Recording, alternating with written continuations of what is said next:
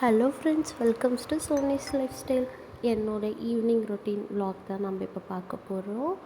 என்னோடய ஈவினிங் எப்படி போச்சுன்னா, ஃபஸ்ட்டு பால்கனியெல்லாம் ஓப்பன் பண்ணிவிட்டு அந்த கவ்வெல்லாம் பார்த்தா தான் எனக்கு நிம்மதியாக இருக்கும். அது திரும்ப வீட்டுக்கு வந்துருச்சா நம்ம ஆடலான்ட்டு அதெல்லாம் பார்த்து முடிச்சுட்டு, சரி நைட்டு சப்பாத்திக்காக மாவு பிசைஞ்சாச்சு. மாவு பிசைஞ்சு எடுத்து வச்சுட்டு தக்காளி வெங்காயம் இதெல்லாம் கட் பண்ணி வச்சுட்டேன். ஏன்னா நைட்டுக்கு சப்பாத்தியும் தக்காளி தொக்கு தான் பிளான் பண்ணியிருந்தோம். சரி அதெல்லாம் பண்ணி வச்சுட்டு போயிட்டா அதுக்கப்புறம் கோயிலுக்கு போகலான்னு ஒரு பிளான் இருந்துச்சு. ஸோ அதனால் சீக்கிரமாக அதெல்லாம் பண்ணி வச்சுட்டு போயிடலாம் அப்படின்னு சொல்லிட்டு எல்லாத்தையும் முன்னாடியே கட் பண்ணி வச்சாச்சு. இந்த சாப்பர் வந்ததும் எனக்கு 4 கை முளைச்ச மாதிரி இருக்குதுங்க. கடன்னு சாப் பண்ணி சீக்கிரம் வச்சுட்டு போயிடுறதா இருக்குது. அதுக்கப்புறம் கோயில் போகிறதுக்கு முன்னாடி எல்லாத்தையும் எடுத்து முன்னாடியே ப்ரிப்பராக வச்சுட்டு போயிட்டு ஃப்ரெஷ் ஆகிட்டு வந்தாச்சு. போயிட்டு வந்துட்டு அதுக்கப்புறம் ஹேர் கோம் பண்ணிவிட்டு சீக்கிரமாக ரெடி ஆகிட்டு கீழே போயாச்சு.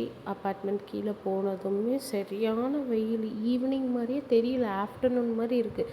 அதுக்கப்புறம் பைக்கில் சன்செட்லாம் பார்த்துட்டு அப்படியே போயிட்டே இருந்துட்டு நம்ம ஊர் மாதிரி தான் இருக்குது, என்ன கொஞ்சம் டிஃப்ரெண்ட்டாக இருக்கிற மாதிரி தோணுது. ஏன்னா ஆளுங்களே இல்லாத மாதிரி இருக்குது சில இடத்துல கூட்டமாக இருக்குது. அதுக்கப்புறம் போகிற வழியெல்லாம் பார்த்துட்டு சிவன் கோயில்கிட்ட போயாச்சு. உங்களுக்கு அந்த சிவன் கோயில் தெரியுது, அங்கே இருக்குல்ல, அந்த சிவன் கோயிலுக்கு தான் நம்ம போகிறோம். அதுக்கப்புறமா சிவன் கோயில் ரீச் ஆயாச்சு.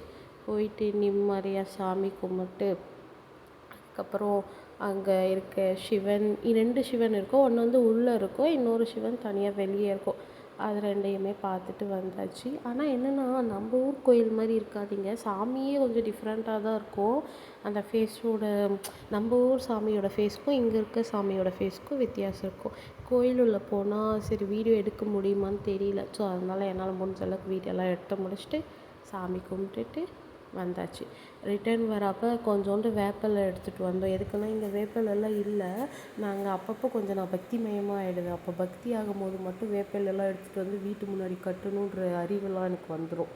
சரின்னு சொல்லிவிட்டு அந்த வேப்பிலையெல்லாம் எடுத்துகிட்டு பக்தி மயமாக திருநீறு குங்குமம் சந்தனம் எல்லாம் வச்சுட்டு வீட்டுக்கு வந்து சாமிக்கிட்ட அதை வச்சுட்டு அதுக்கப்புறம் விளக்கேற்றிட்டு சாமி கும்பிட்டுட்டு அதை எடுத்து வெளியே கட்டியாச்சு. அதுக்கப்புறமா ஒரு பிளாக் காஃபி போட்டு குடிச்சிட்டு என் ஹஸ்பண்ட் தான் தக்காளி தொக்கு ரெடி பண்ணார். நான் சப்பாத்தி தேய்ச்சி கொடுக்கவும் அப்புறம் சுட்டு எடுத்துகிட்டு நைட் டின்னர் சப்பாத்தி தக்காளி தொக்கு நல்லா சாப்பிட்டு முடிச்சுட்டு அதுக்கப்புறம் சின்னதாக ஒரு வாக்கிங் போயிட்டு வந்துட்டு முடிச்சு